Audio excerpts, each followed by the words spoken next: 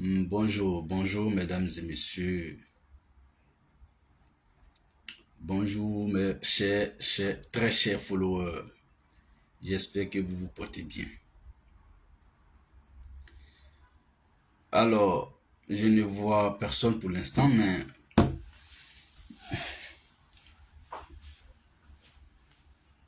une exigence, c'est que je fais le live et puis mes followers, peut-être qu'ils sont encore au lit.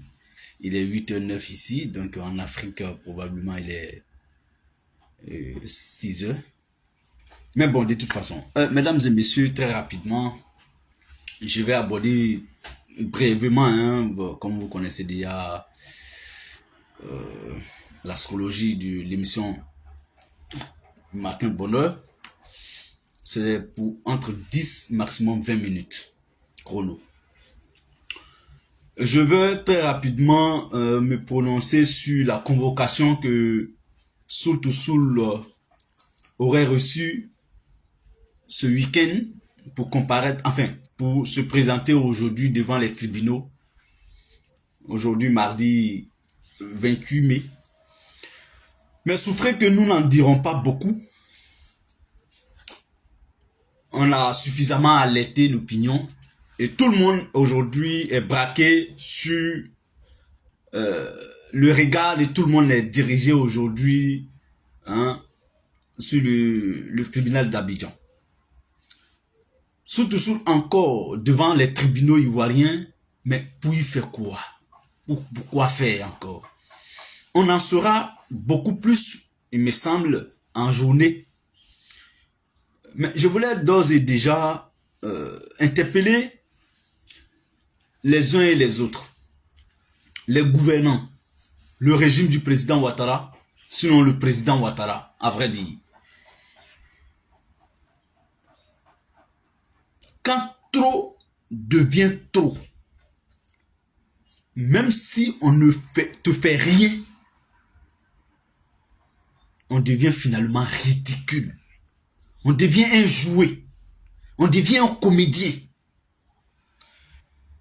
Un grand homme, pour diriger un grand pays comme la Côte d'Ivoire, n'a pas besoin de descendre très bas, comme le président le fait maintenant. Parce que il faut qu'on se dise la vérité. Moi, en fait, c'est inadmissible que le président Ouattara règne comme ça sur la Côte d'Ivoire.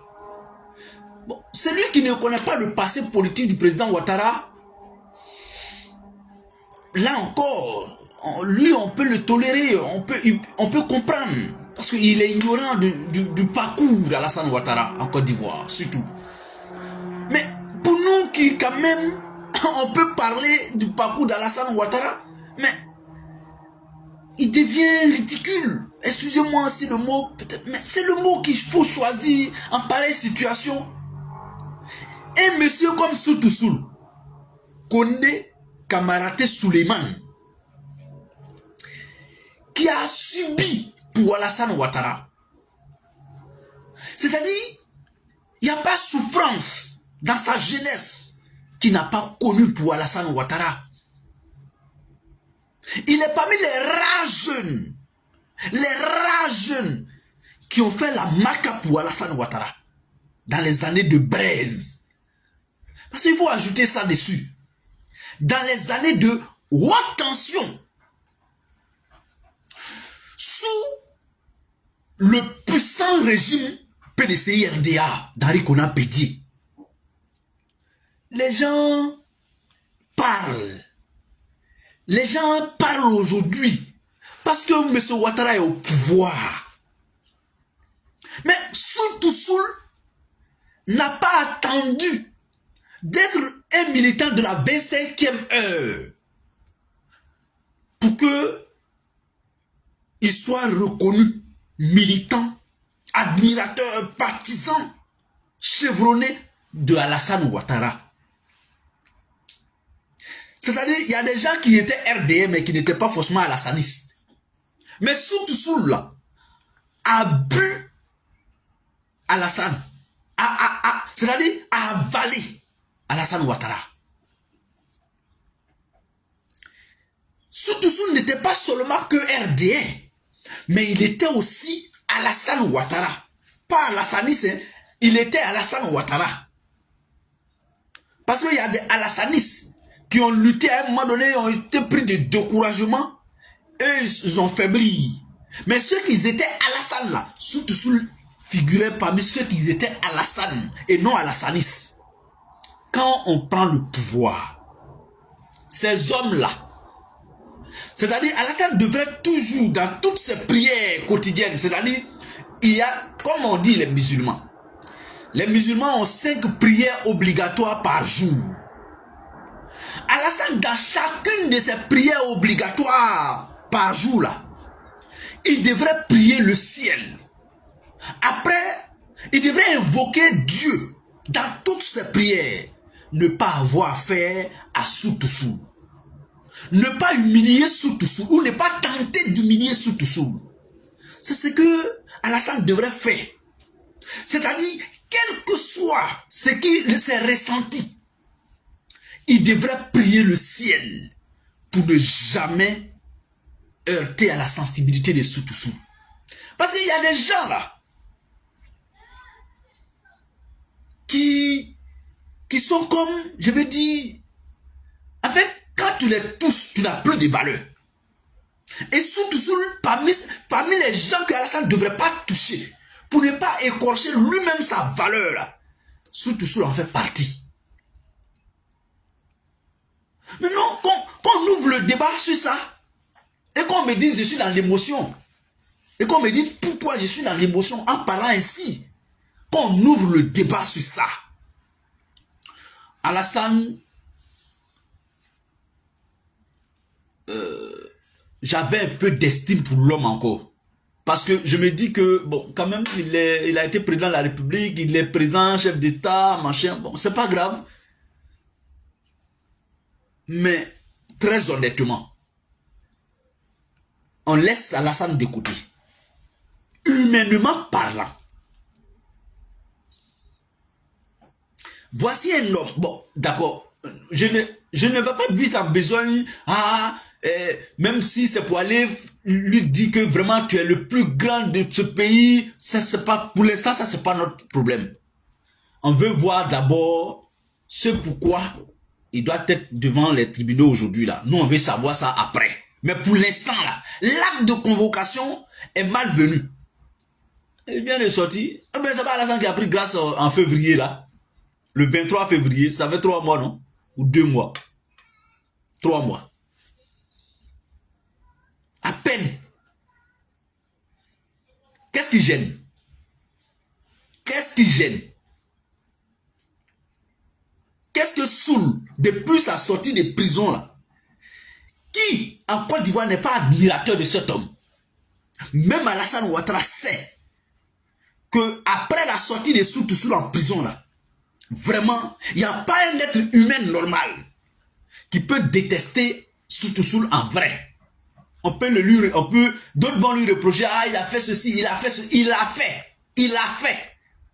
Mais ce qu'il fait aujourd'hui, c'est ça qui compte. Et c'est ce qui mérite d'être, je veux dire, d'être salué. Ce qu'il est, ce qu'il fait aujourd'hui. Parce que si on est toujours dans, il a fait ça, qui n'a rien fait. Donc, ça, c'est un message que je voulais lancer au président Ouattara et au régime du président Ouattara. De savoir raison garder à des moments cruciaux de notre avenir politique, de notre vie, de notre quotidien en Côte d'Ivoire. Nous sommes à un an, quelques mois des élections présidentielles. Un an, 4 ou 5 mois des élections présidentielles. Le régime devrait plutôt travailler à faire baisser la tension, à décrisper l'atmosphère, à rassurer les Ivoiriens et non à les faire peur. Parce que depuis 1990 jusqu'à aujourd'hui, ça fait 34 ans. Dans aucune élection en Côte d'Ivoire, il y a eu 0 mort. Il n'y en a pas. 0 mort, 0 blessé. Il n'y en a pas. Mais il faut arrêter. S'il n'y a pas crise préélectorale, il y en aura crise électorale. S'il n'y a pas crise électorale, oh là, c'est qu'il y a crise post-électorale. Mais pourquoi? Parce que quand on dit crise préélectorale, les gens pensent que c'est 1 jour, 2 jours, bien pendant la campagne. Non. Dès lors qu'on a un an des élections présidentielles, là, il y a des choses qu'on doit plus se permettre ça. Donc je voulais en tout cas apporter à ma modeste manière tout mon soutien au vice-président de Génération Un Peuple Solidaire, Soutou Soul, qui aujourd'hui encore doit être traîné devant les tribunaux. On ne sait pas véritablement pourquoi. On attend de voir. Mais nous nous indignons déjà, d'ores et déjà, de ce que on veut vraiment humilier un homme. Quel acharnement inouï sur la tête d'un homme qui quand même a été parmi ceux qui ont fortement contribué à ton ascension au pouvoir. Mais c'est ridicule. Et puis c'est pas sérieux. Permettez-moi de clore ce chapitre et puis d'aborder très rapidement, vite fait en 5 minutes, le dernier sujet qui concerne la candidature pour un 4e mandat du président Ouattara. C'est sans appel. C'est sans doute. Nous n'avons jamais douté de ça. Sauf que c'était pas encore formel. Mais maintenant, c'est en train d'être formalisé, sinon c'est déjà formel. Puisque l'instance suprême de son mouvement, de son parti politique s'est réunie hier à leur siège pour acter la candidature d'Alassane Ouattara, l'appelant à, en tout cas, se porter candidat parce qu'ils n'ont absolument personne, si ce n'est pas Alassane Ouattara, pour continuer la bataille politique. Alors, moi, je ne m'offusque pas. Un jour, dans mon village, à Djibrosso, j'ai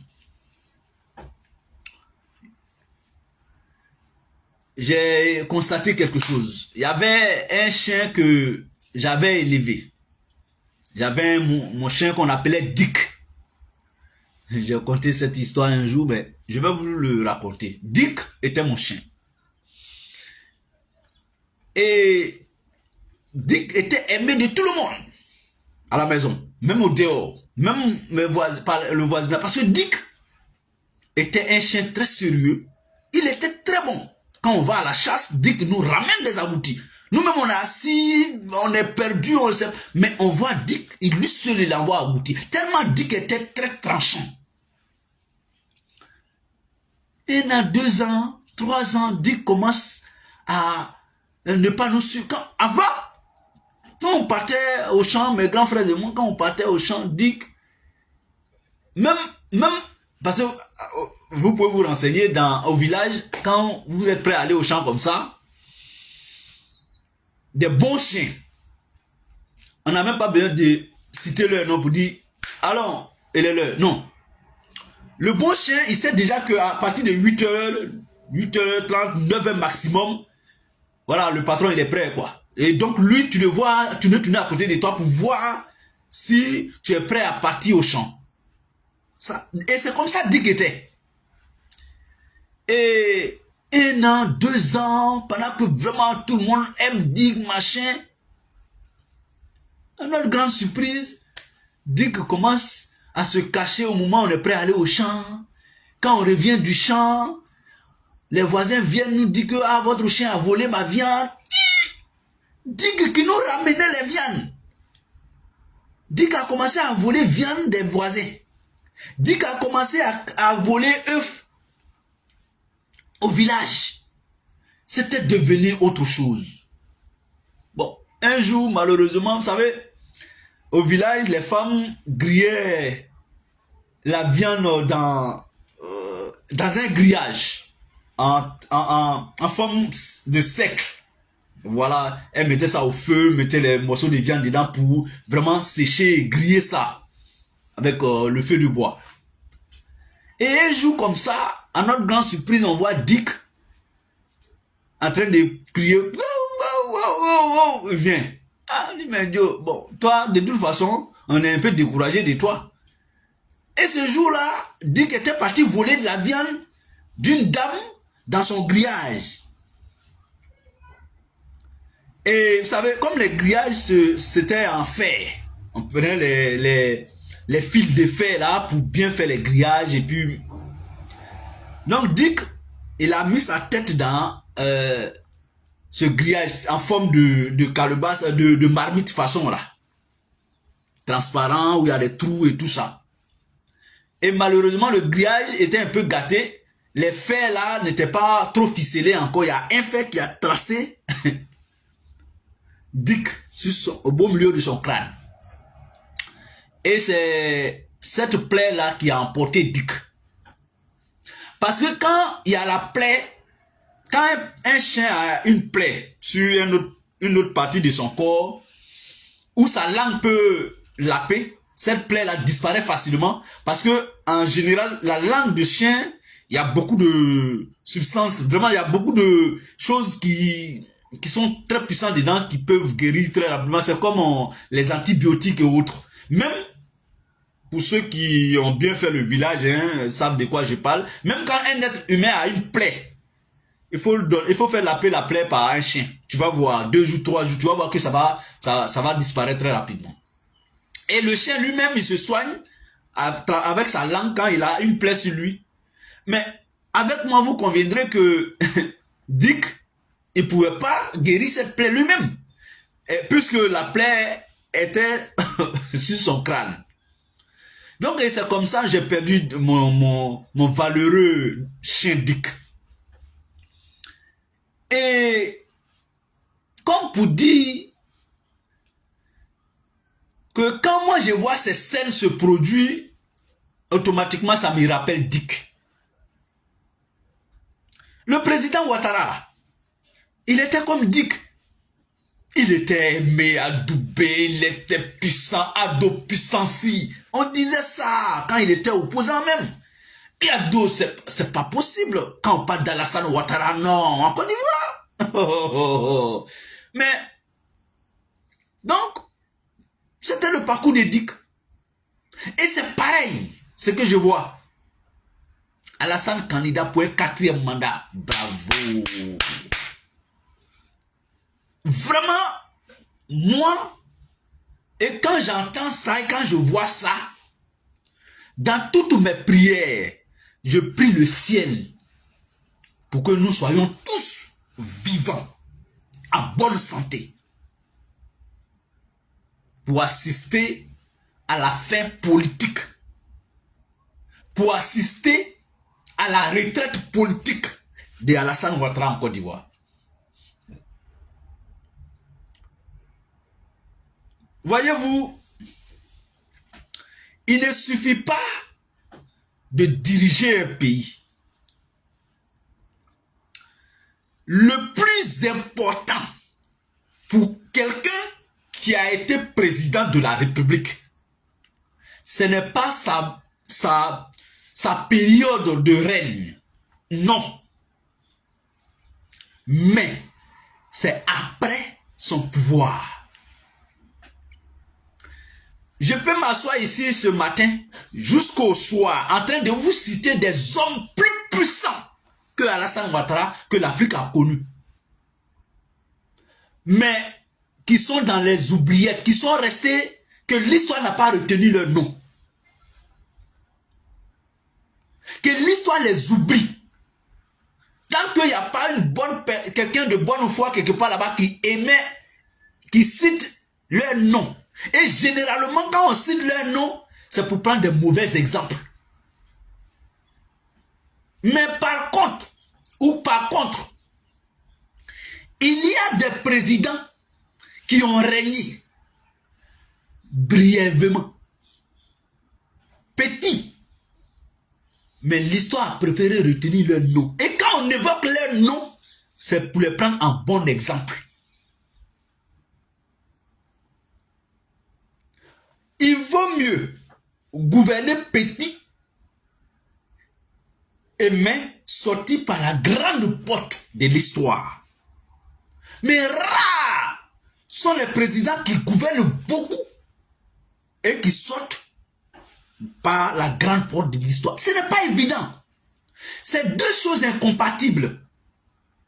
Ceux qui se braquent au pouvoir après 2 mandats, 99,99% de ceux qui ont violé la constitution de leur pays, 99,99% sont sortis de façon la plus lamentable, la plus grotesque, la plus honteuse de l'histoire politique de leurs différents pays. Tu ne peux pas violer la constitution pour faire un 3e mandat et puis se retirer paisiblement pour un 4e mandat. C'est pas vrai.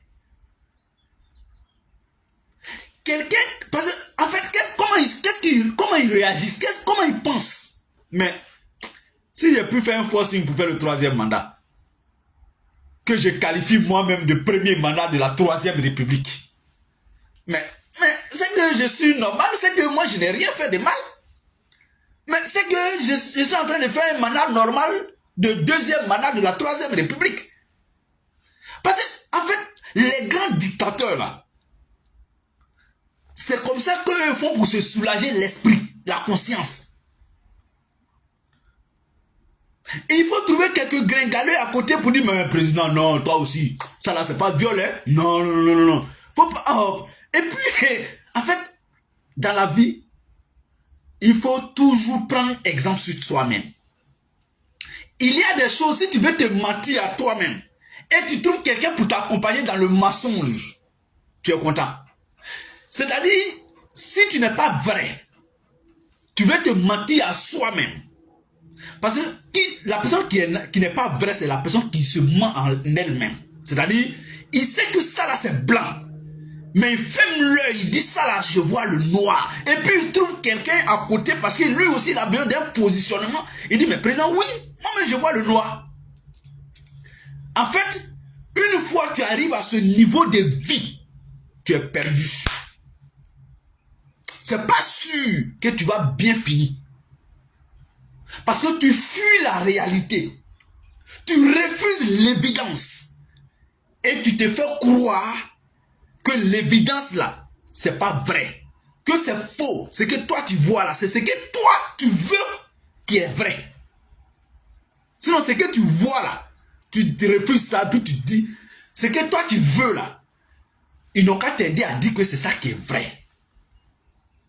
Quand on faisait la constitution en 2016, quand on basculait dans la 3e République, il n'a jamais été question d'une remise de compteur à 0 pour qu'on puisse parler de premier mandat de la 3e République. Alassane s'est convaincu chez lui à la maison. Et il a trouvé des pseudo-juristes pour dire, mais président, ce que toi tu dis là, c'est ça. Ce que nous-mêmes on pensait là, c'est pas ça, président. Et puis ce qui est vrai là, c'est pas ça, président, qui est vrai. Ce qui est vrai là, ça c'est pour eux. Sinon pour nous là, ce qui est vrai, c'est ce que toi tu veux que ça soit vrai là. Président, c'est ça qui est vrai. Ils l'ont applaudi. Il a violé la constitution pour cas de force majeure. On est à 1 an et 5 mois des élections présidentielles. Alassane n'a pas toujours eu encore quelqu'un qui peut préparer pour le succéder en octobre 2025. Et puis, les gens sont là, président, tu es puissant. Ado, oui, tu es peut-être puissant. Mais Ado, aucune puissance de ce monde-là n'est éternelle, sauf la puissance divine. Mais Ado, est-ce que tu as oublié ça? Celui qui vient te dire, ou ceux qui viennent te dire que tu es puissant, il faut leur dire, mais est-ce que ma puissance est éternelle? Mesdames et messieurs, chers amis, on aura l'occasion de s'élargir là-dessus. Comme j'avais 2 sujets à aborder aujourd'hui, je vais m'arrêter là, mais pour dire aux uns et aux autres, encouragez-le. Allez à un 4e mandat. Nous, on n'a plus rien à voir avec ça. Encouragez-le. On vous suit de près. on observe, on regarde, mais la fin d'une chose est plus importante que son commencement. Mesdames et messieurs, chers amis, c'est sur ça que je voulais vous souhaiter une excellente journée de mardi et vous serez informés de la suite à donner à la convocation de Soul aujourd'hui devant les tribunaux ivoiriens. Et je vous informe aussi au passage que mon service de communication va produire un communiqué en courant cette journée. Voilà, restez sur ma page, un communiqué bien entendu écrit. Donc, restez scotchés. À très bientôt. Au revoir. Merci.